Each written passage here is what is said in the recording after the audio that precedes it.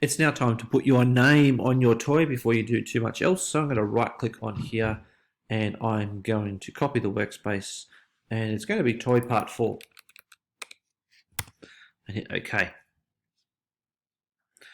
So once it opens our workspace, we should be able to see our toy, and our toy should have a flat bottom.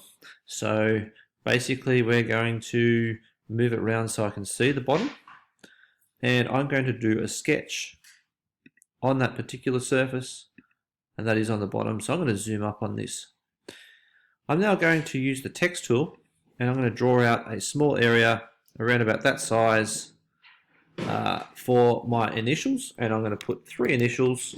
If you only have 2 initials, you can put 2 initials. I have 3, so I'm going to put in 3, and I'm going to press tick.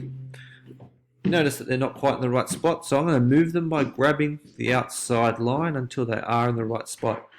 If they're too big, you can use the dimension tool to actually dimension from here to here and make that like 2 millimeters, and dimension from here to here and also make that 2 millimeters, and then you can drag it where you need to drag it. So I'm going to press escape to do that and drag it up and down.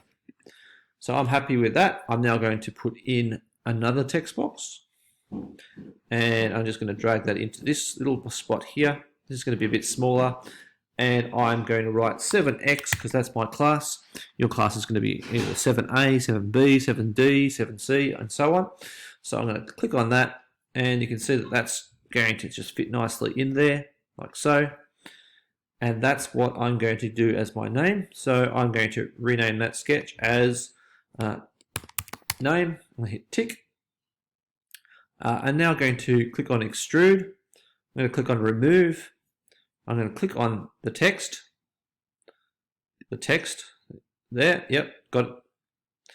And I'm going to type in 1 millimeter remove and OK.